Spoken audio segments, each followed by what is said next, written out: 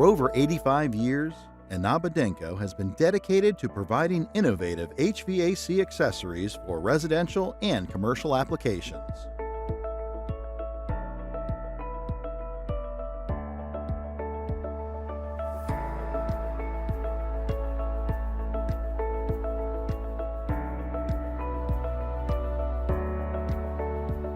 With the invention and growing popularity of ductless technology, Inaba Denko has gained a wealth of knowledge and expertise in creating ductless installation accessories. Slim Duct SD is a mini-split industry pioneer and trusted by contractors for over 45 years to conceal, protect, and beautify exposed line sets. Hair Coil is our all-in-one line set with pre-paired and pre-insulated copper tubes. Slim Duct RD provides an aesthetically pleasing and cost-effective solution to enclose and protect any exposed commercial VRV, VRF line set layout. Slim Duct PD adds durable and attractive protection to any surface-mounted line set installation. DSH Up features a flexible insulated drain hose with pre-connected hose fittings that simplifies sealing cassette installation. Line Gate is our aesthetically pleasing solution to protect line set entry points. Well, hello everyone. Thank you for joining us. How do you like that, Kerry?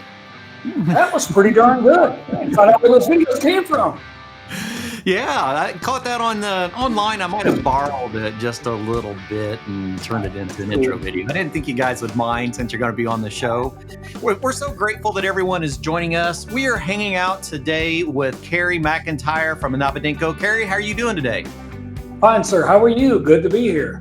I'm doing great. We're going to spend a little bit of time today diving deeper into proper installations and remembering some of the things that we forget in the industry, especially when it comes to installation. And as we start looking at our next generation of equipment. Now, it's not really next generation of equipment for the world. We've had inverter technology, we've had ductless systems, mini-split systems, multi-split systems for decades. But it's always been looked at as more like the high-end equipment, not really looked at as a mainstream product. And that is absolutely changing. And I'm so glad that you're joining us because you bring a completely different perspective than many people do in the US when it comes to ductless systems. Now, you specialize in installation and service products for ductless, but your background is what really helps bring it in. So let's introduce the world to Kerry McIntyre and to Inaba Denko, and everyone that's joining us in the chat. Let us know where you're joining us from. We'd love to, make sure that you're recognized being in the community with us. And if you have any questions along the way, let us know. We're happy to go down rabbit holes. We're professionals at doing that. Yeah, so if there's anybody watching that knows me, we had a run-in at some prior company, I'll go ahead and apologize. I don't need any kind of profanity in the notes. All right, so yeah, I've got a little bit about me there. I've been in the trades for 30 plus years. I was master gas fitter. I was an HVAC contractor. Was a VRF and ductless distributor rep for a little while there. I was a training manager, technical services operation. In other words, I've just done a lot of stuff. Mm-hmm. I was a military trainer, NATE approved, and I've been around this industry a long time. Now, one thing it doesn't say there is I've been on the ductless and VRF side of this industry now for the better part of the last 20 years. Wow. Next, sir. So today I want to talk about piping support. Now, there's a lot of ways we can get piping supported. And over the years, yeah, we've all been guilty. We've used plumber strapping. We've used zip ties. I've seen wire used. Yeah. I've seen bricks. What have you guys seen out there? A little bit of everything. Yeah, a lot of single hole clamps, 2-hole clamps, a lot of electrical components that are actually being used to support line sets. Yeah, so really what's interesting is some of the stuff might look a little ridiculous, but sometimes I'm not even mad. It's like, I don't even know what kind of mind came up with that. So I'm just impressed with the creativity alone. Mm-hmm. So the image there is we're going to get into that. That's a line brace, and the one on the right there is a super lock, and the one on the left's got a particular function it serves, but that one on the right can serve many. So if you don't mind, sir, the next one. Yeah, no, absolutely. And we've got some hands-on that we're going to be doing here as well. So, hang in and we'll actually show you some of the products as we start going through to understand the whys and the why nots of certain products within our industry. Exactly. Thank you for that. These right here are pretty common. We're not going to use any brand names because we're not going to use common names because I think that's actually a brand as well. So we're just going to call them cushioned clamps. There or you clamps go. with some type of synthetic insert, right? Yeah, absolutely. Hey, Katie, thanks for joining us. These do a fine job in their certain applications. You may have heard from other manufacturers that you can't use the one on the right, the cushion clamp, to actually hold VRF system piping in place because of expansion and contraction. Well, I'm here to tell you that was really misinterpreted from the Japanese engineers overseas that originally brought this to the United States, because what it really was more of a concern on wasn't the expansion contraction per se. It was the lack of the inability to be able to properly insulate it. Oh, right? absolutely. That's really what that was about. Yeah, That was about. one of the conversations we had earlier was about the translation of a lot of the Japanese instructions into English, and sometimes we misinterpret the way things are designed. Yeah, so another one's like that. They said, well, it won't allow for expansion contraction. I'm like, anyone who's ever done any commercial work out there ever and has come up about that far too short for me to be able to make that coupling, you just pull it and it's going to go right through those because it's not brazed on or anything. Sure. So but it holds. It does its job and does well in, let's say, your application. Mm-hmm. So, and both of those are pretty much the same. Now, what you end up, that's kind of a drawing. I did that. Took me a while to do that. Thank you. Anyway, so what happens in a situation on a vertical riser in expansion and in contraction, and just due to the weight, that piping is going to drop. Now, it was originally designed, I'm going to show you this, nobody likes kinks. So we're going to pretend that pipe goes down the wall and into that brick there and goes into whatever circuit. Sure. That will not hold the weight of even if you've got expansion loops, which no one ever does on a vertical riser, that will not hold the weight of that copper tubing, especially if it's a couple hundred feet tall. Just no way to do that. So what do you do? Do you guys have any ideas? What do you do to hold that thing in place? Well, that's a good point. And actually, Murph just brought up a question. It kind of goes right along with that. He says, so is there a saddle for the insulation to prevent the gradual crushing? Well, in a vertical application, let's think more so about allowing the insulation to just be insulation and not being weight bearing. I'm glad you said that, because what's not on here, and if any of you go to the HVAC Excellence, I will show you some pictures of the type of mounting, or I guess you could call it a clamp, that goes around the insulation, around the piping, that's exposed to the elements, that's horizontal on a building. Now, we talk about what you know and what you, for some reason, you can be in, 30 years always. I've been doing this 30 years. We've all heard. Right. So we're going to use that one because I have. Anyway, so you're going to say, well, I've been doing this all that length of time. That's cool. But then you forgot what actually happens to that black closed cell insulation when it's just hanging out there in nowhere. And if that's what you're using to support your pipe horizontally, that's not going to work down the road. Now, your contractor is going to be gone, but that's not going to work. That's another story. Yeah, absolutely. So, next slide whenever you're ready. Absolutely. That's one of the things that Ty and I always talk about is sometimes we learn things and then forget the actual practices because we continue doing the wrong things over and over. And that kind of comes into play when we start talking about bracket selection in these installations. It really does. It's interesting when we talk about that. I mean, we all know what happens to that insulation. Why 1 minute that it's going to be sturdy enough or in place for any length of time, right, in weather conditions. So that's just another one of those we forgot. So we have something called a line brace. Now, a line brace, I've got it right here. I don't know whether you guys can see it or not. It's actually hooked onto a piece of... here. We can bring it in live. Yeah. We got a piece of it clips on, or rather it goes onto a mounting bracket that there's several different mounting options on there. It will mount to strut. We're not going to use a brand. And I believe the one I sent you, it mounts on the wall itself. It will slide inside of that one. Like that. It clips together once your pipe is on, and then you'll put your bolts in. So everything you see there is stainless. Now, we had a previous version of this that brazed on, but since everyone's trying to get away from hot work, Inaba Denko America came up with this version here, which is a non-brazed version. That is high-grade stainless steel. That plastic plate there serves a couple of other purposes, but that's also a plate. I call it plastic over there. It's some kind of nylon. It also serves as a separator to prevent galvanic corrosion or electrolytic corrosion, and any other acronym you want to use or name you want to use, between that stainless steel and the steel clamp or the steel mounting bracket, the black mounting bracket. Okay. So, yeah. Makes complete sense, because that's one of the things that we'll get questions about, right? When we start talking about using brackets, one of the reasons people like to use clamps that have cushions in between them is it isolates a different metal, so there's no potential for that electrolysis there. And so by using a stainless steel versus an aluminum or a galvanized, so we're actually getting around that completely. And so we're able to clamp directly onto the pipe with these types of brackets.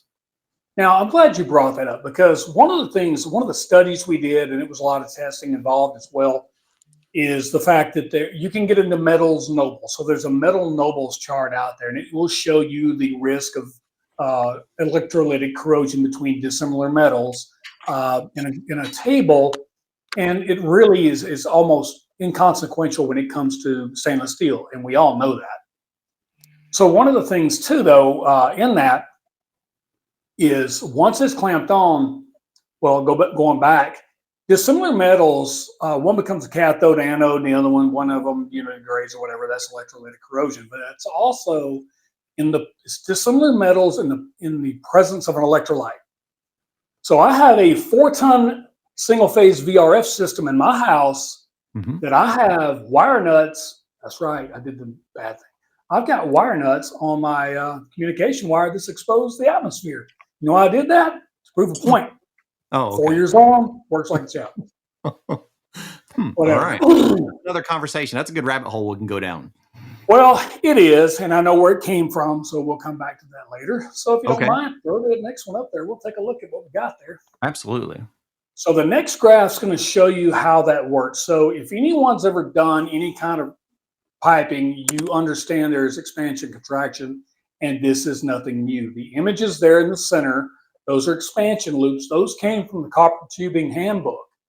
The copper tubing handbook has been the go-to for master pipe fitters for generations now. I mean, it's been around. So this is not anything new. Now, the thermal expansion you'll see on VRF and even ductless is greater than your typical refrigeration system would be, but it's still there. So that's never gone away. So it's a little bit, so the weight limit on these things is actually pretty robust, between 279 and 652 pounds. And so sometimes you may need more than one of these, but the line brace, when it holds, it clamps onto the copper and it does not allow it to move. Now, what does that mean for you? Well, it means it's supported, right? Right. And in the expansion, in the thermal expansion, half of that expansion is going to go up and half of it's going to go down. So now, in some instances, we got engineers that can answer your questions on that. Right. You may not actually need an expansion loop when you use one of these, and only one's required depending on the length of your copper. Okay. Yeah, that's pretty intriguing then. So are we building any expansion into the bracket itself? Well, it just holds it, right? And so when it tries to expand, so what's going to happen is it's going to expand, it's going to go to the weakest point, right? Just like anything else. So what this does is says, okay, if you've got 100% contraction here, it may be going up, it may be going down, depending on the supports. This says, no, we're going to hold it right here. And whatever type of expansion is in this area, we're going to split it now because we're holding it 50% down and 50% up. So it's going to reduce your thermal expansion in both directions. All right. Yeah, that actually makes a lot of sense when you think about it from that perspective. Instead of total expansion over complete length, now we can isolate it into Exactly. So smaller now zones, basically. go back to you can't use the cushion clamps because it won't allow for thermal expansion. So that's some of that misinformation Hmm. that we're talking about. Yeah, absolutely. Because with that cushion clamp in the middle, I mean, there's not much friction there. So, I mean, it's able to move pretty easily through the entire installation. Well, absolutely. So there's one thing I don't show here, and I wish I had. Mhm. For this product, we've got, I have one, well, it's probably out in another area. So we actually have an insulation piece that is formed to fit right over that, and then you'll round that with tape on the top and bottom where the copper tubing goes through, and on the base where it mounts, so that becomes a completely insulated product. Yeah, and that So kind of goes there's back to Murph's question about insulation. So now we have the opportunity to Mhm. actually insulate the entire assembly, both the bracket Exactly. and the tubing. Yes. Okay. Now, how many of those you can use in one? That's going to be a good question, but it depends on your layout. Sure, absolutely. So that's our super lock. So All right. so let me go ahead and tell you guys about my experience with Inaba Denko. Back in 2014, I was, and I'll go ahead and use the name. It doesn't matter because if you don't know who I am, if you know who I am, then you know where I came from. I was one of the founding members of the Johnson Controls Hitachi joint venture in Texas, and I was the technical services and training operations manager. So I got my hands a hold of a PowerPoint one time that the Japanese engineer reported to me. He gave it to me, and it was an Inaba Denko PowerPoint that showed the paracoil, that showed the all kinds of other things, right? Then it shows this, and that's what we're talking about. That's the super lock. And I'll tell you, coming from the contractor side, I'm like, wow, that's a really cool product, but no one here had it. So I actually knew about these products and actually was able to get my hands on some of our pre-insulated line sets. So I've got that on my VRF system. Now I got that before Inaba Denko America ever even showed up in the United States. So I knew about it. So when they contacted me about a position, I'm like, yeah, I know who you are. You do? Yeah, I probably know as much about the product as you do. Right, absolutely. Anyway, so you can go to the next slide and we can continue to talk. So that was an award we won for design. It's the 2024 ACHR Design Award for Components and Accessories. That was something we've celebrated greatly on that, and you'll see why here in a few minutes. Okay. So I'm not going to go through each one of those little bullets there. I'm just going to talk over them. It can support PVC, copper, steel, cast iron, if anybody still uses that. I don't know. New or existing construction, and you can do more than one of these on a piece of threaded rod. Okay. Let me read Now you that makes sense.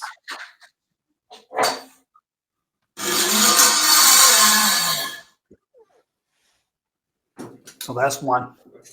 Okay, now I'm getting it. So Kerry sent me all my goodies here, and so I haven't had an opportunity to dive into them because I was hoping to be able to do it as live demonstrations on the show. Yeah. All right, so we're going to start with our opening basket, right?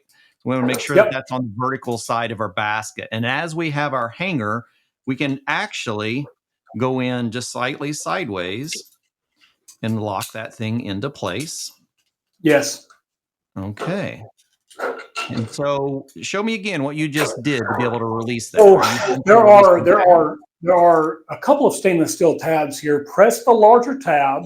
Yep. And it will release it, and you can slide it up and down the 3/8 threaded rod. Okay. Let me slide that back through. I may have gotten a little too snug here. Oh yeah, there we go. All right.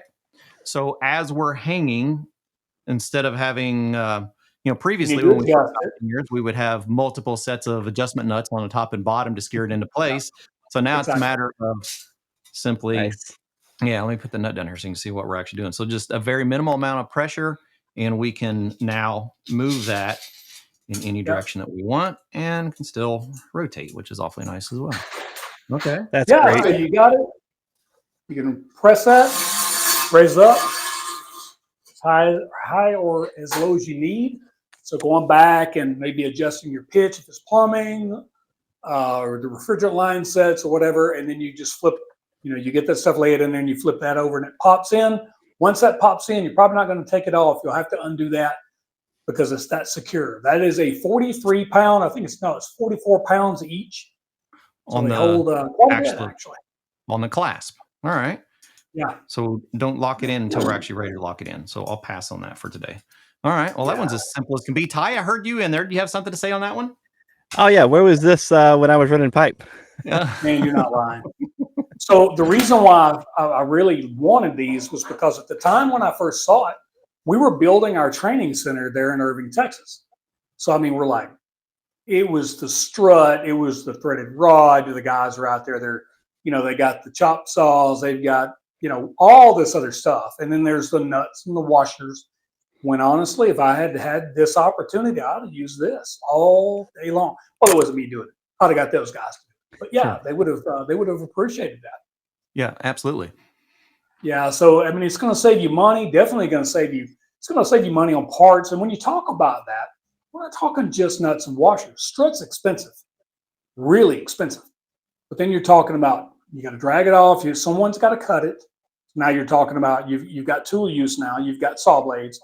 Then you've got, oh gosh, the time to get the nuts up. And people come up with pretty inventive ways to do that. But there is no way in the world that you could be any quicker. Oh man, yeah. Hundreds or thousands of those in a lifetime. Well, I even think about it from the educational perspective. Ty, if you think about this in a classroom, if we're teaching installation practices and we're showing people how to hang pipe, I mean, think about how many times we're actually installing, having the class do that, but then having to take the time just for the class to disassemble things and start all over again versus being able to install and uninstall within minutes. I mean, it's going to save a lot of time. We always talk about our minimal amount of time that we have hands-on interaction with our students. Well, now it's an opportunity for teaching a class that it's the prime candidate for increasing the amount of interaction that we have and reducing the amount of time of assembly and disassembly. Yeah, I got a plumber friend of mine that's going to be interested in that too.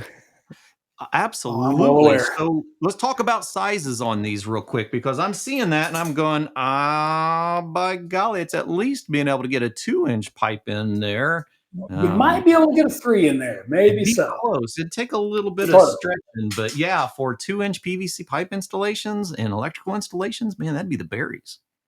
Oh yeah. Well, I mean, that was one of the things too, though. So if you'll look, so the image is there, obviously. Well, the one on the top left is the one I have here, and I just did a background removal. That's mine. But then the other one's marketing. But the two on the bottom, that one on the bottom left is actually a residential application. Now, that's a high-end product for residential application. But however, if you're going to have someone installing an expensive VRF system like I've got in my house, maybe you want the premium product still with it. Don't use plumber strapping into place or something like that.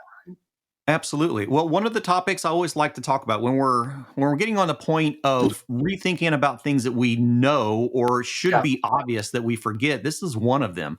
Remember when we went from when we went into a reciprocating into a scroll compressor, we had a RPM change. And so every once in a while, you'd have a contract or a homeowner complain that there's a little bit more noise or vibration in this than it was before. And then when we went to rotary, we really increased our RPMs.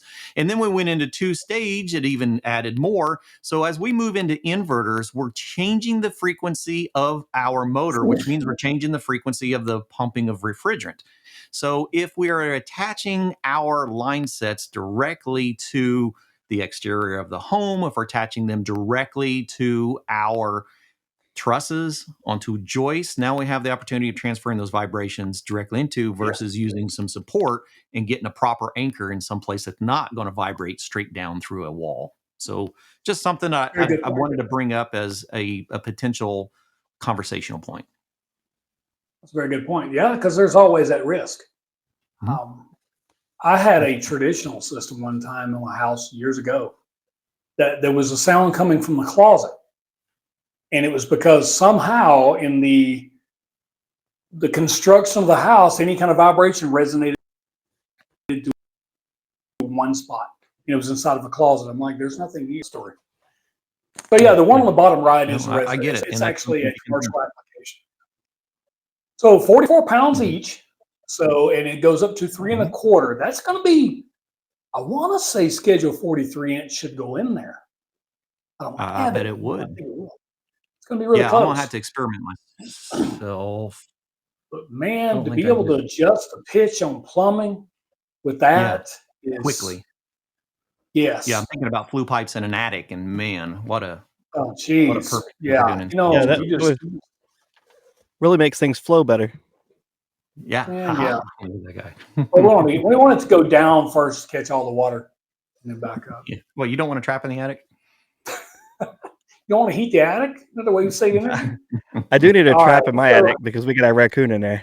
Oh no. nice. Well, it must be nice and warm up there. Maybe you need to undo your flue. They carry on.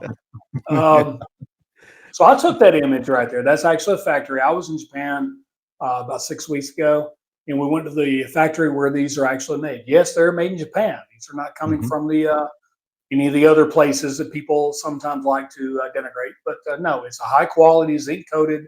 The tabs on it are stainless steel, so it they're fine. There's nothing. They're robust. They're not going to fall apart or anything like that. So Yeah. it's Well, and we a all know that Japanese engineering is it's pretty superior in everything that I have seen, whether it's in equipment manufacturing, parts manufacturing, and software. I mean, we're talking about software alone. So, yeah, like man. a I got a lot of picture high of me quality back in '69 because the Roadrunner we used to have when I was a kid was behind me. I was holding a transistor radio. I'm like, yeah, that was made in Japan. We're like, hey, well, look at what we did. Oh, let's set it down. And the Japanese picks up and says, I think I might be able to do something with this. Now we're doing this today. Yeah, absolutely. Yeah, Wow, live classroom from 3 different places in the country. exactly. So this is a little section here on piping protection. We're going to talk about, again, things we know, Okay. right? Things we know that are Good to know. supposed to be done, but we don't. Yes, I have an. Oh, hi, Karina. She's on here. You shouldn't be on here. Now you make me nervous. That's my manager, by the way. All right, Karina, thanks for joining us. We're having a great time learning about some products here. All right, so this is the 2024 International Mechanical Code. I've got one. Not many people do. And we're just going to talk about, I can't really see it that well because on the screen, but so I'm going to paraphrase. We've been putting refrigerant lines in areas and buildings and structures, basically just anywhere because, anywhere we could get it, right? The easiest, the quickest, whatever. Doesn't really matter. However, now with the A2L refrigerants and the flammability prospects out there, we've got restrictions and they get pretty detailed.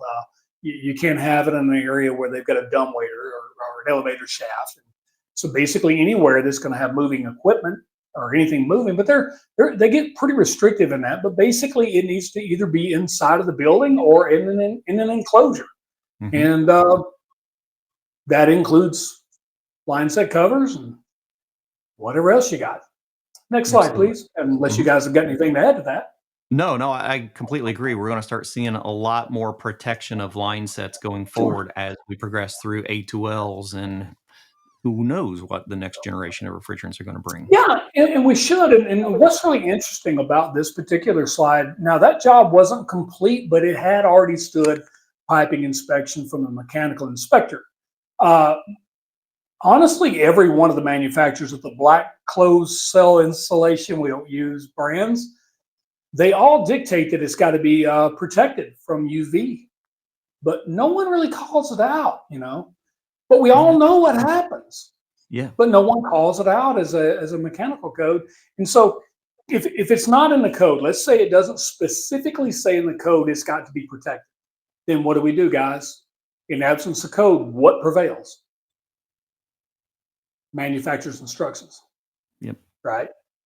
And in the presence of both, which prevails? The most stringent. The one that's more strict. Yeah, absolutely. That's right. So in this application right here, and we've all seen it, it really doesn't meet any kind of code because those line sets were supposed to be protected, and they weren't. Right. Now, one of the things you saw in the intro, the Slim Duct RD, hands down, I went on a job site in Japan, and I saw they opened it up for me. It was way before I knew about this job. It was like 2015, it's 2017. And they opened up this cover, and I looked at the line set inside. They said it had been in there for 20 years. And other than being dusty, it was in perfect shape. And I went back and looked at the pictures after I started here, and it's got Inaba stamped on the on the metal. So it was the Sun Duct RD, which would have been perfect for something like this. Yeah, absolutely. And pretty easy to cover that existing mindset. And yeah, because we think about in the past, what things looked like they might have been acceptable probably weren't to begin with. And so No, as they we weren't. start getting more serious about proper installations and line set protections, this is where it comes into play of understanding why we're doing this. We already know. We already know what Already happens know, with yeah.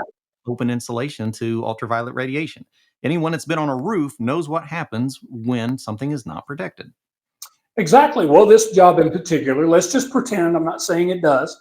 Let's pretend those line sets go about 50 feet away from you right there. Okay. Now those line sets, you got 50 feet of line set on top of the roof, right? So the insulation degrades. What happens? We're in Texas. Let's just pretend like that's in Texas. You can tell by the clouds it isn't, because we never get clouds here. It's just, always hot. You're going to pick up load from the exposed copper at that point. Tons. Which is going to affect the efficiency and capacity of the unit. And really, I haven't mentioned it yet. I was going to mention it later. When you start thinking about why is it that VRF systems and even ductless systems require both lines to be insulated, typically what you're going to hear on a mini split side, they're going to say, well, it's because the metering device is outside and that line gets cold. No, that's not it. That's part of it. It's because they don't want to bring any extra load to the system. It's like anything else you insulate. Again, it's what we already know, Clifton, but it's what we just forgot. Yeah, absolutely. If We we don't think apply about what we know. no, and if we think about all that extra heat that's being absorbed in that line set, these Oh, wow, systems are yeah. running so much more precise than what we have in the past. Yeah. So those those pressure transducers and temperature thermistors are going to be calculating superheat, are going to be calculating load. And if we're adding excess load onto that system before it gets to that outdoor unit, it is going to alter capacity of a system or the Which is potential. the same scenario. Mhm. Which is the same scenario I gave you the other day about having a split system like a multi-mini split or a VRF system, and I want an extra unit in my garage. It's the same concept. The load it's going to pick up in that unconditioned space out there, uninsulated space, is going to decrease the entire capacity of the system. We've seen it before in multiple manufacturers. Sure, So absolutely. if you want something for your garage, get something separate. Another rabbit hole. Another rabbit hole. Yeah, I like that. So we've got line set covers. Those are ours. Hoorah, Slim Duct. Absolutely. Best stuff I've ever used. Got to give that plug. So those pictures right there. It says, so you've only got. Let me go ahead and do the text. So you got some choices there on your line sets. You can coat it, you wrap it, or you can encase it. When it comes to the actual code, you're going to need to encase it. For protection, you're going to have to do either one of those three. The images there are pretty cool because that's just a single one-to-one mini split system like you normally see. The one on the right now is a unitary system. Absolutely. And it looks to be probably a replacement. Now, I replaced my daughter's a few years ago, used a line set and had it exposed outside the house when their attic space. She said, why did you want to do that? And I said, I don't want to put it in your wall because there are changes in refrigerants, changes in efficiencies and things like that always take place in this industry. And if there's a situation where we've got to replace your copper tubing, I want to have access to it. So that's the way fair. I was thinking about it. Yeah, that's thinking ahead. Absolutely. Now, our brown would look really good right there on that one. Yeah, that would look good. So condensate management, we're going to talk about condensation lines a little bit. Okay. All right. So did anybody on this call, I hope someone, 4 years with wire nuts and atmosphere by the West Coast? Oh, I don't know. I'm in Texas. You guys over on the East Coast have more salinity in the air anyway. I just saw the comment there. So if anyone on here doesn't know, this is code for a mini split to have a trap or a check valve. Read that. That's an absolute screenshot from the code. That code was from 2015. Yeah, that's one that people don't think about a lot when we're talking about ductless installations. because so many of them, when you look through the installation manuals, you may not reference that in the installation manual. But we got to think too, a lot of these installation manuals are being converted from other countries, may not have these specific codes in it, but it's really something we need to pay attention to going forward. Exactly. They don't. So now let me ask you, and this is another one of these we knew. Why did we not apply? Why is it that for some reason we felt the need to put that the mini splits had to have a trap or a check valve when we already knew that your conventional or unitary systems had to have a check valve? Why did we not think that it wouldn't apply for a mini split? That's a good point. Any ideas? Ty? Yeah, no, I'm just thinking of all the ones I've put in that I didn't put a trap in there. Right here. So I'm kind of panicking right now here. I'm thinking, uh-oh. Yeah, he's gonna get off and start screaming. Why? Right? That's what we're going to dive into. Let's think about some practices because, well, and we've said this so many times before. I didn't know the things that I did wrong until I started teaching. And then I learned all of them. And I continue to learn things that I have done in my past that I wasn't aware of. I just installed these 4 years ago, and they're non-trapped. And so this is a thing that I wanted to learn myself. So you don't have to incriminate yourself there in front of God. I do. I'm bad. I'm like an open book. Sometimes I do that. All right. So I remember, you brought up a good point, but this is a quote that I was told by an instructor many, many years ago. He's probably gone now. So anyway, he said, if you want to know what you don't know, start teaching. Yeah, that's exactly right. So anyway, we go back to that. I can tell you why. It's because we already knew it, but for some reason we can sit, no matter how long we've done this work, we can go into a mini split or a VRF class, and for some reason it's like we forget everything we ever knew. We just forget it all. And I don't know why. So what they would tell you in those classes, you don't put a trap on there. You don't do that. And then you would ask why. And then they would say something ridiculous like, well, it's got a shallow drain pan. Yeah, well, the science says it meets, water meets level, so that's not going to really matter how shallow it is, right? So we forgot that too. We forgot it. We didn't argue about it. We didn't ask any questions. We went on. So Code Council felt the need to put this on here. Now, when I found out about it, it was about 2017, 2018. I got a call, and they said, Kerry, we got a problem on this job site. The inspector shut it down. Large VRF site. What is it? Yeah, they said, well, I said, what is it? Oh, it's got to have a check valve or a drain. No, it doesn't. Yes, it does. According to him, it's code. I'm like, wait a minute. Oh, crap. Looked at it. Oh, it does. And they had purchased some aftermarket check valves, one on their regular line sets. Yeah, one on a regular 3/4 inch drain, and it didn't have enough head to open it. So they were looking for some options. And at the time, honestly, I couldn't give them really any direction on it. But I did say, well, it's not a mini split. You could tell them that, but that's probably not going to work out for you. You're just going to take the inspector off. Right. So, because I've been around long enough to know better than that. But that right there is a big deal.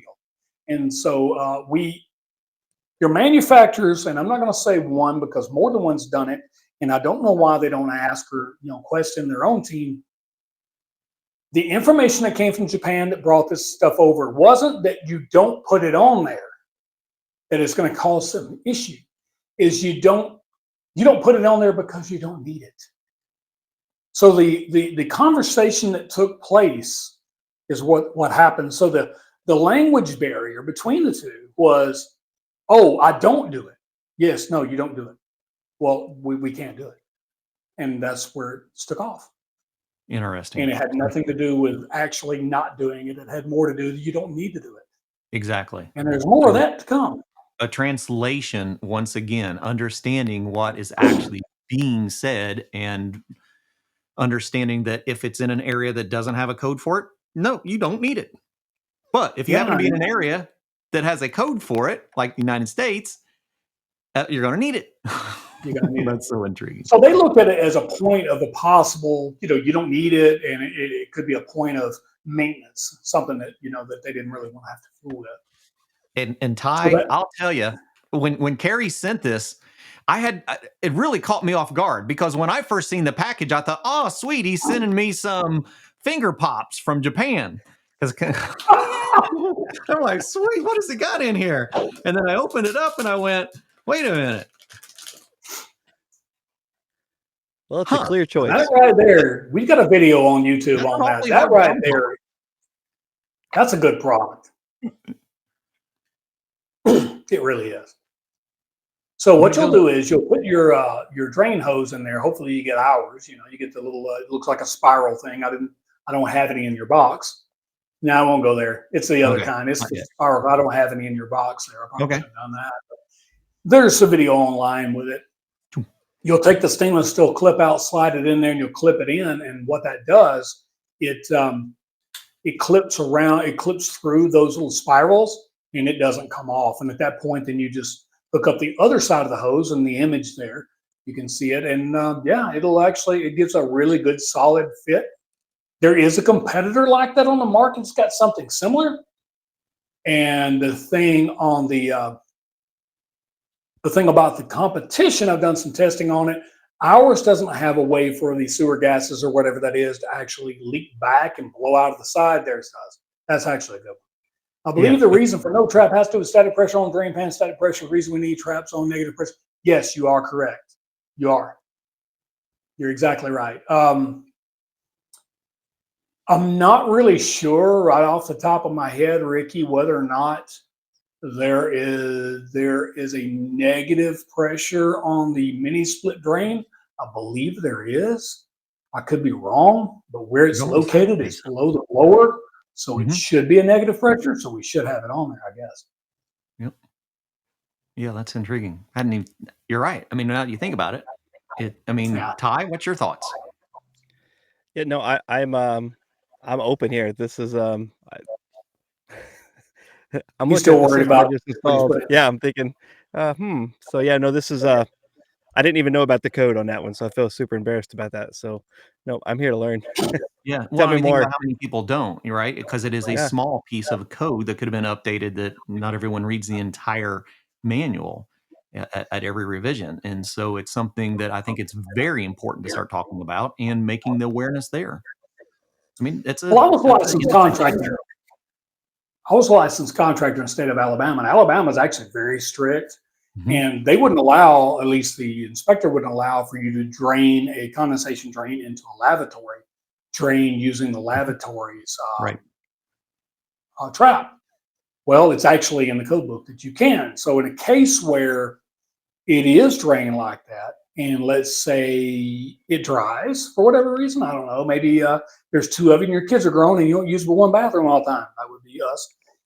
Your trap dries and all of a sudden it is negative pressure. Now you're pulling methane and God knows what through the house and you're dumping it in. So you need a check valve right there. That makes sense. It really does. Yeah, it truly does. No, that only works horizontal or work vertical? Just vertical. Okay. I need to get you one, Ty. Oh, I'm seeing a whole little video series coming out now. I mean, I see the little bubbles popping out of Ty's brain right now going, Again, so this is not anything in the slides, but it's a rabbit hole. I'm going to go ahead and throw this out here. So another one too, where contractors have been gigged by, yes, Ricky, I know that, but the code states otherwise. So Ricky says, yes, it is negative pressure, but it's negligible. And it is. All manufacturers training state no trap. Yes, they do. Having worked for 4 of those, I can go ahead and tell you that the most stringent between the two will apply. So the code in this particular instance is going to override the manufacturer's instructions. Yeah. So another one too is a good one. Why is it no one teaches that mini splits need a disconnect on the indoor unit when all appliances are required to have one? That is a good point. Absolutely. I've been into this conversation before. Inspectors in the Northeast have actually called it.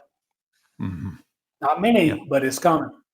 Yeah, I see that as something that's going to be changing as people start paying more attention to electrical codes and as codes start getting updated. A lot of codes are getting revision right now, and particularly because of things like A2L refrigerants. So we'll start seeing revised portions of code that may have gotten overlooked in some previous versions that will be getting readdressed going forward. And Ty, that might be a good conversation for us to have, is from someone that is a code authority on looking at things that have updated, different generations of things that have been missed that shouldn't be, I'm and things to really look at. I'm gonna be knocked off now, aren't I?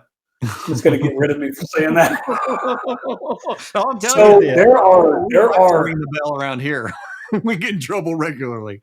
so on a four-wire system, Yeah. I've seen the oscilloscope. I know how the communication works. On a four-wire system, a disconnect it usually is going to give you a problem, right? It just happens. Sometimes I've had people say it doesn't, whatever. There's only, and I'm not going to mention any names, but there's only one brand on the market right now that you could actually do that with, because they got two. You can actually install it with two separate power sources, and they have and this is a ductless system. They have a communication wire between the indoor and outdoor. So I've seen yeah, that. so we forgot, right? One, and it does. It has separate power and separate communication. So again, we knew it, Right. but we forgot. Oh, it's a mini split class. All this is new. It's crazy. You walk in there, just look around. No, it's not. Right. No, same old stuff. it's things that we should know, but Yeah. sometimes forget. So paracoil. Now I knew about this. I was able to get it. It was difficult to get, put it on my VRF before Inaba Denko America was established here in the States. And I will tell you, and it's not because I work. All right. So here's the thing. Let me go ahead and clear this up for anybody on the call here. I came to work here because of the products, right? I already knew the products. Right. I came here because of the products, not because of any other reason, right? I came here on my own. So I got a hold of that stuff, and I actually use it on my VRF system. And the excess, I use it on my water line. The 5/8 is a 1/2 inch, right? So I use it on my water line. So I've got some really nice insulated water line. I could use that. So it's pre-insulated, and it absolutely has the best insulation available. And it's not a plug per se, because I used it myself. So if you don't mind, go ahead. We'll talk about it. No, absolutely. Like I said, every one of these topics are making me think. So for those who are like, well, he's not saying a whole lot, I'm just absorbing, because this is a realm that I didn't spend a lot of time on the installation code of ductless, just because we didn't install a lot of them. And so by the time I moved out of that into the commercial sector, I wasn't doing any ductless installations. And then as I started teaching on ductless, I was teaching directly out of installation manuals. And you're right, Ricky, I've seen myself in installation manuals that say no trap, but a lot of times it's saying no trap required. And so I completely get it when you look at that translation. If that was in Japanese saying it's not required to have because it has negligible back pressure, negative pressure, but if you have a code that says that it should, by golly, that's what you should be doing. Glad you brought up trap. Something I'm going to interject here a little bit too. What you'll also find is that the training in the manuals they don't always match. And the reason why is you're talking about a global product. You're talking about us, the North American market being a blip on the screen. If you go back to the original manuals, you will see that there are refrigerant traps that are allowed on VRF system, inverted and or standard, I guess you could say regular traps, and loops of copper tubing behind mini splits. And one manual of the manufacturer says you need at least one of those. The reason why a loop is not a trap, I don't care what the training tells you, I've actually spoken to the people who design this stuff. So if you go back to the manuals itself and you start looking and comparing things from the manual to the training, oftentimes you're going to find some conflicts because they're not allowed to make the changes that they feel is necessary. Sure. So paracoil comes almost like a wire, like Romex. It comes paired, so those pieces are actually together. You nip it in the end, and you pull it apart for what you need, for how much you need to separate. Which is really cool when you start pulling this stuff through a space. You're pulling both lines at one time. Which is really, really cool. It also has foot markers on it to help you keep up with the distance. Oh no, Ricky, there's none of that. There's no disagreements here, man. We're just talking. There's no disagreement there at all, because I know exactly. Ricky, we're glad you do. That's the reason we do these shows. I mean, these are learning opportunities for all of us. Please bring them, and you're not going to hurt our feelings. Are you kidding? Wait till you see the comments that we'll get from this show, Ricky. Then you, man, Ricky, I'm going to tell you what. There's a lot of people out there, and I'm not a fan. I'm not a famous person. Some might call me infamous. There are going to be some people out there that disagree with me vehemently, but I can guarantee you anything that I tell you can be verified. I will tell you that. If you can find the source you need to go to. There's a lot of protections in what I'm telling you in the actual source. So with that, so there's 1 foot markers on that too. I'm sorry, go ahead. I have to ask, because this is conversations everywhere. The white insulation, is that going to cause issues with the copper leaking? I mean, I'm glad you said that because I'm going to bring it up. They talked about, so we have, and I'm going to have it in this table. We have a flame, an ASTM rating on it, and we got like 7 ratings on it. So now it can be used in commercial applications. They said, well, we're thinking about changing the color. I'm like, what color are you going to change it? And they're like, oh, we're good. We thought about white. I'm like, for all that is good in the world, please don't make it white. So it's tan. It is not like the cheap white Linesets that you see. Very interesting. Put your hands on it, you'll know better. Yeah. I'm like, you can make it. You make it red. I don't care. Just don't make it white. Something different, something distinguishable. Yeah, that right there. And let me go ahead and tell you something too, though. And it may be in the slides, and it may not be because I deleted a lot of them. But so some of the stuff that you may be getting from your favorite online store, and even from some of your channels, ours is type K. I put a micrometer on there. I've looked at the specs. We're type L copper. We're type L copper all the way around. Some of the stuff I've used before, I don't know, man. When I can squeeze that 5/8 with my finger, that's good. What you got, Ty? Yeah, so another great point is on a few of the installs that I've done, some of the copper that I've gotten either came with the equipment or that I even got at the supply house was not refrigerant grade copper. And the only reason I knew that was when I went to use my flaring blocks on there. Like none of them would fit, and I actually had to cut it back and put on there a good quality copper to braze on before I could flare it. So that's a big deal. Mm-hmm. It is. All right. So the reason why we've got to be careful with that. So North America, type L is the standard, right? In some parts of Canada, type K is, right? So type L is our standard. Now in Asia, they don't default to a particular standard. They use the copper rated for the pressure of the equipment. That's going to be important in another thing I'm going to bring up in the rabbit hole session. Okay. So they use the copper that's rated for the pressure of the system or refrigerant. So that's why they don't default to a type L or a K, which is why you really need to be watching it, because eventually, let's put it this way, you don't need for me to be an inspector. I can tell you, I want to come out there with a micron gauge, a micrometer, and start checking stuff. And then you find me buried somewhere, be able to find Jimmy Hoffa. You'll be under concrete someplace. Yeah, I'll be under some. Yeah, but it'll be like underneath the warehouse floor somewhere. Yeah, it won't be anything like a football stadium. All right, go ahead next. How did we get here? We got to get out of So I don't know where you see the little background right there. That picture was me in front of a non-inverter mini split back in 2009. Oh gosh, flares. Yes, we are here, my man. Mm-hmm. We are here. Okay, so how many of you heard that you got to have a special flare? You're gonna love this. Anyone in the audience, huh? Ty's going to love this conversation because him and I spent quite a bit of time talking about flares. And when you and I had this conversation, it brought up some perspectives that I hadn't thought about. And I had to step back and rethink about my own trainings. Okay. So, I'm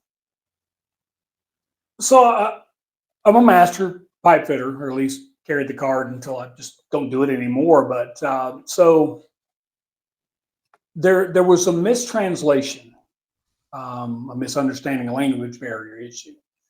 So remember when I said that Asia they use copper rated for the pressure of the system, which basically means pressure of the refrigerant, right? Yes.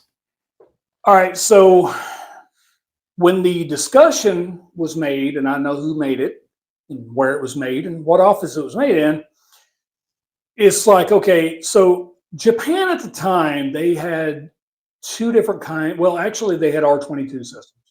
Like the one that you saw me in the little background picture, that was an R22 non-inverter system. R22 is lower pressure. Japan used a different flare. Now, the Tasco tool catalog was where I was able to see an R22 flaring tool. They have since removed that because I don't use it anymore, but they've got what they call an image of a traditional flare, which was their R22. Well, As you can see in the picture there, I even got the page number and the small picture there to the left of the cover of the copper tubing handbook. That says 45. We have used a 45-degree flare in the plumbing and HVAC industry for, I don't know, a couple of generations at least. That's 40 years, probably longer. Those are old pictures. We've always used a 45. We've never used anything else. The 38 degree that you hear about is a double flare for the automotive hydraulic brake systems or whatever, but it's not us. And the copper tubing handbook's always shown it that way. So what it boils down to is that conversation was, let's pretend I'm Japanese. Japanese guy says, you've got to make sure you use this flare, this 45-degree flare. You got to have that. The person over there that was hired, if they said the word Freon, they were hired as a subject matter expert. True story. That person goes, so it's a special flare? Yes, it's a special flare. Well, from the Japanese perspective, it was a special flare because their standard flare was a 22. The 45 was their new flare that they needed for today's system. So for them, it was something different. From the United States perspective, she just didn't know the difference. It wasn't. So she listened to him and thought it was a special flare. And it wasn't. So I even got deeper into this. I have a flare gauge. And I said, okay, I'm going to check it. So I've got pictures where I checked. I've got a one-handed flaring tool that doesn't have a clutch on it. It's got the wheels on the top and bottom. You had one on one of your shows. Got a single little thing in there. It's got to stop. I use that, use traditional Imperial Eastman flare block, and of course your concentric clutch side, right? Yep. I did a flare with all three and checked it against the flare gauge, and they all passed. If you go to the manual, you will see that the flare has a plus or minus acceptance of 2 degrees in any direction. So I guarantee you, when I retire, I'm just going to go to these classes. I'm going to say, hey, can I use a 47-degree flaring tool? And they're going to say, no, you can't. I'm going to say, well, your page number says I can. You actually can. So it was stuff that we've always had. This copper tubing handbook's been around for a long time, so it's in there. But yeah, I checked now I like the clutch. I mean, I think the better operated ones are cool.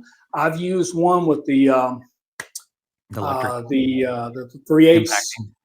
Yeah, and I just put my impact on it. That's what I've always done. Yep, absolutely. But that was one thing. But they all work in the flare gauge. Yeah, that's one thing we stressed when we did our show. Whatever tool you are using, the important part is that you're gauging it properly. Yes. And that you're using the correct amount of torque during the installation. Yes. So, and that you put the nut on first. And that you do put the nut on first. Absolutely. Yeah. Well, that's, if you say you've never done that, then you've never done anything. Yeah. Something else is in that copper tubing handbook. It's going to tell you not to put anything on the face of the flare. That's what it's going to tell you. In the owner's, or rather the installation or manufacturer's manual, it will tell you to put some refrigerant oil on there, which is usually inferred that it's whatever's in the system, albeit PVE or POE. POE, PVE. Mm-hmm. Well, you will hear in a training class, you can use any synthetic oil, you can use W40, you can use any of that stuff, and you can use whatever other stuff out there that somebody says that's approved. None of that stuff has been approved by the factory. None of it has. And the reason why is because they're not going to stop what they're going to do for the global market and test your product, not only with their equipment, but the oil company's got to be tested too. So whatever it is miscible. Let me explain to you about miscibility. If I pour gasoline in your oil fill cap, right, wherever you put your oil, is oil and gas miscible? Yes, it's the same compound after it's miscible. Yep. After it's mixed. No. The reason why I brought this up, and man, I made a bunch of enemies. I said, look, I was over all this warranty stuff, and I said, look, when we do an oil analysis, you just don't want to be in the conversation of, well, I don't know why that FD&C yellow number 5 was in there. I didn't do that. Well, it probably came from whatever you used. And a drop's probably not going to hurt. But some people are like me. I mean, my wife uses a little bit of, syrup with her pancakes. And me, I'm like, I want diabetes with mine, So Yeah, and you end up, and you just always want to be with what the manufacturer says. And I can tell you now that there is no manufacturer that's going to step out of their global market to test your widget. They're just not going to do it. Yeah, makes complete sense to me. All right. Rabbit holes. You know, we're going to have an hour to talk about it. I know. So we still got people hanging in, so we'll run a little long if we need to. Oh, that's good. So this is actually a screenshot from one of the oil tests we had. We started getting I'm not going to tell you where we're at. We started getting compressor failures, and it's threats of lawsuits and all this stuff, right? And I forgot to put an oscilloscope reading in here. Should have done that too. So we get all these issues and all this stuff. It's like, okay, well, we're going to sue, and everybody likes to say that. Everybody thinks they got Johnny Cochran in the bag for them. So anyway, I said, how can we find out? I want to find the root cause of this failure, right? So what Ty said earlier, we tore it apart. We found what happened. You found what happened, but you're looking at the root cause.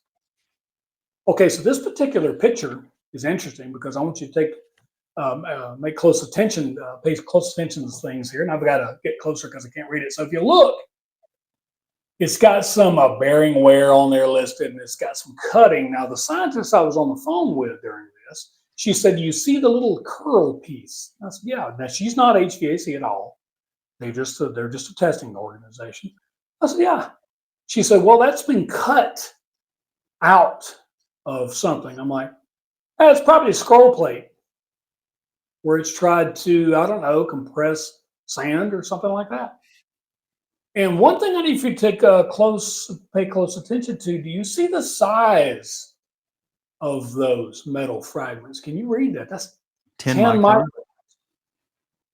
Do you know what the built-in strainers are in a VRF and ductless system? 40. I don't. Which means what? That's going to go through them. Right. Exactly. So do you know what is in the average core filter dryer for HVAC? You know what the micron level is? 40. I see on there 40 micron. 40. So I won't even get into the whole core dryer and bypasses and all that. All that stuff was done in North America. They don't do it. So right now, this unit had a problem. And we're going to get into what that does here in a second. But I mean, this is what you end up with a dirty system. You taking notes, Ty? I am. Let me look at one of these notes. Contaminants found in your oil analysis off from these compressor diagnostics. And I'll get with you, Ty, with the rest of this here in a little bit too. I got some more information on this stuff too. Okay, so go ahead and give me a change there. This one's awesome, and it had some animation in there because I didn't want to spoil it. I didn't want to tell you about Santa Claus until later, but that's fine. Okay, so the very top image right there shows some pretty serious stuff, some cutting and all that stuff, right? Bearing wear, all that good stuff. Look at the top right. You see what that says up there? Can you see it? Sand and dirt. Yes. Yes. So this was a large VRF job, and I can only surmise at this point that the copper was stubbed out. The copper was stubbed out. That's the only thing I can come up with. So they had some compressor issues and some other problems going on, and maybe a compressor failure. Well, okay, we found this. That's the first sample at the top. You've got to do a cleanup. Now, they're like, okay, we're going to flush it. Not going to use any flushing names here. There is a company that sells a good flushing machine. I'll get into that in just a second. So after a traditional flush was used and removable core dryers were replaced, 3 months runtime. So we improved a little bit on the left column. We improved a little bit on the right, still had sand and dirt, but look what we got in the middle. Well, gosh, what is that? Now we got bearing wear, probably because we washed all the freaking oil and stuff out of it. So it improved in some areas, and now you're looking at something that's going to die again. It's going to die a slow, cancerous death. From a lack of oil. From lack, well, it's got plenty of oil. It's got a lot of dirt with it. Right, clean oil. Yeah. Yeah, like a clean oil. So, all right, so there is a way to get this cleaned up. There was a company, everyone's heard of it, but You know what? I'm glad you went to that. I'll get back to the other thing because this is another one. This is what happens. So what's happened is, so VRF runs really fast. Okay, so I've had these discussions before, and I will tell you, there is no VRF, and when I say commercial VRF, let's say 6 tons and above, there is none of those that run 100 hertz. You may hear that. I was told that one time, and I brought my hertz meter with me and made everyone mad because I'm like, first off, so when you look at your service tool and it says 100 hertz, that's 100% of hertz, which your baseline, depending on what you have, could be 300 hertz. So at 100 hertz, it may actually be 300 hertz. Anything above that baseline, instead of rewriting the entire software, they're going to show over 100 hertz, and it's going to be more than 300. I've checked that with my own hertz meter. Like my unit outside, it's a 4-ton VRF. It starts up at 3 amps and draws 7 amps at 110 hertz, but it has a top speed of 115.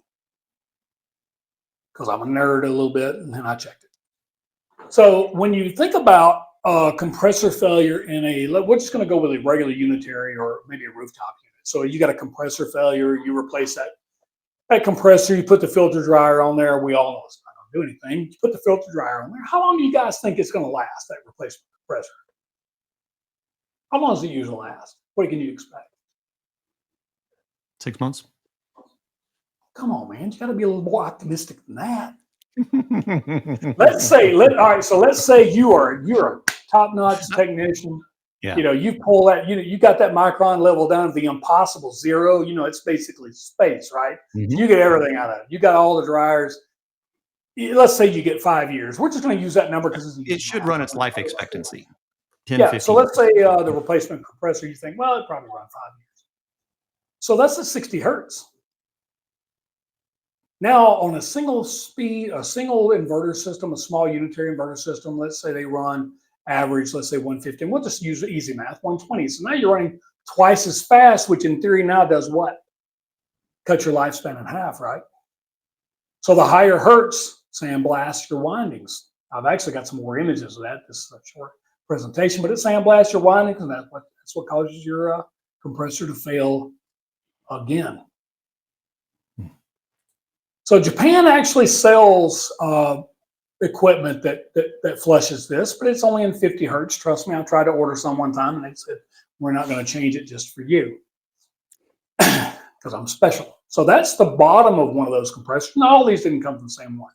The lump right there is a magnet. So if anybody's ever taken down a transmission filter, you see a magnet in there. That's supposed to collect regular wear and tears. You can obviously see it's not the case here, but that's all metal. Yeah, it's a lot. That's a lot. So I can tell you right now, the 2 things we did to curb all of the threats of legal litigation and to actually force our contractors to be a little bit more involved or have a little more buy-in and responsibility for the installations is we required an oil sample if any issues arose, right? And I mean, I've seen oil samples where they would take an oil sample, and now the AHR, I think, allowable limits in moisture in oil is like 150 parts per million, I think. So I'm like, okay, well, they're taking it, they're pulling it out there in the field. So we'll give them, a couple of hundred, maybe 300 parts per million. We'll throw them a bone. I've seen it where it comes in and it's like 2,000 parts per million, and I'm like, okay, well, you need to do it again. And then it gets worse. There was one site, they had 3 samples, and the last one was over 5,000 parts per million. I'm like, dude, it's got to look like milk. And they never contacted us again because it got worse every time they pulled a vacuum. Yeah, process and procedure, like we keep talking about it. It all comes back to understanding those basic fundamentals that we sometimes forget about. Exactly. So between the oil tests and any erratic behavior, we would immediately put an oscilloscope on there, cheap $100 on Amazon. We would be able to see the DC bus coming out and doing the whole communication back and forth. We could see that, and we would be able to determine whether or not it was getting interference. And so what happens oftentimes if it's getting some type of interference outside, it would be like, okay, so this the square sine wave that goes back up. All good except for one blip. Only problem is the chain reaction of that, the domino effect. That blip was a command. I don't know what that command was, but that command was delayed. Command. Yeah. Right. Yeah, exactly. And so now down the road there, you don't really know what the overall effect's going to be. And if it was shielded wire and it wasn't shielded correctly, that was a whole other problem. But between the oscilloscopes and the oil, dude, that saved us probably $500,000 in job site visits alone the first year. Yeah. Just proven what actually happens when you do the breakdown and diagnostics of it. And so Ty brings this up all the time. The compressor failures that we have, how many are actually related to moisture? And as we go forward, it's going to be more critical to understand that. And we know that. We just haven't always put it into practice the way that we should. That's really what we're here to do today, is just to talk about these processes and procedures that we sometimes forget about and the consequences of not doing them. Yeah. Well, all right. So talk about things we forget about. So when you hear, well, the shield's got to be grounded properly at one end, or it becomes an antenna. Well, no, what does that really mean? Right? What does that mean? So let's talk about really what that is. So you ground that shield because the shield is there to protect the wire from outside interference. We know that. Mm-hmm. But while the shield is there, it will pick up current due to induction alone, because the current's going through the wire. So it's going to pick up current. So you've got to be able to terminate that to drain that off. Otherwise, it becomes interference. So it's really not an antenna per se. Now, if you have an interference that you see on an oscilloscope, it could be a bad building ground, because once you tie it to that ground on that unit, now you're tied to the building ground. Part of the system as well. Yeah, absolutely. All right. Well, we went over a little bit. We're glad everyone stayed with us today. In the chat, if anyone has any questions that we want to dive a little deeper, there are so many different things that we can regroup on this, Kerry. A lot of great things that we covered. Ty, anything you want to regroup on? Any other questions you want to grab while we've got Kerry's attention? Yeah, so Kerry, what do you think, grounding one side or both sides? It's only one side. Yeah, as a matter of fact, in one of the major manufacturer trainings, they would say that you took that shield and you ground it at every point. I've actually got a screenshot of that. You ground it at every point through the system. I'm like, that's wrong. So when I was an instructor there, I would tell them that. I said, but you know what? We're just going to tell you not to use shielded wire because we can't even do it right. And they would all laugh. I might have to edit that out. So, yeah, Clifton, as I was at a class and they said that, and it's like one thing I was having trouble with, because I was always told only one side, and then the class was like, oh, ground both sides, and then they were talking about a problem with the unit they were having that was close to a transformer, and I'm like, well, it's probably because it was at both sides and you have current flowing between it. Anyways, that was just my question. I just wanted your input. That's a good point. Well, an oscilloscope helps read that. You don't have to be an electronics expert to understand when the wave's not right. There is a few things that we actually consulted with some electronic experts to see exactly what it means. But no, I mean, it's yes, I've got that one. Ty and I love the oscilloscope, so I see that as a up and coming opportunity for us to introduce some interference on a conducted wire. That's really what we're doing. We're creating conductivity through that wire. Like Ty said, if we have both ends grounded, we have the potential for making a path, which has the potential for. So translations would be double bind. Yeah, Pat Murphy was just mentioning doing translations from Japanese to US, how it's easy to get things mixed up and should be, covered by multiple subject matter experts. Really should be. Yeah.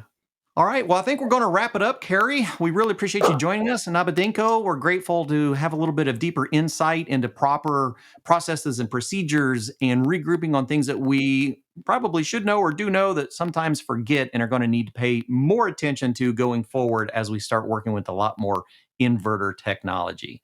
So we will see you all again next week. It's going to be a busy week. Thank you. Thank you a lot.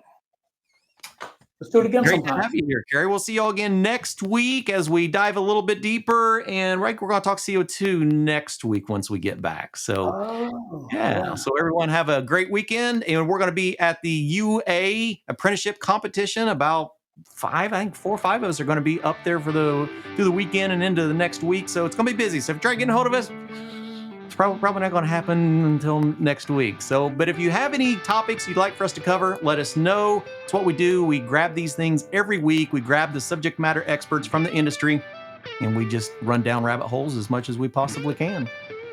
All right, everyone, have a good week, and we'll see you later on Did You Know, the ESCO HVAC show.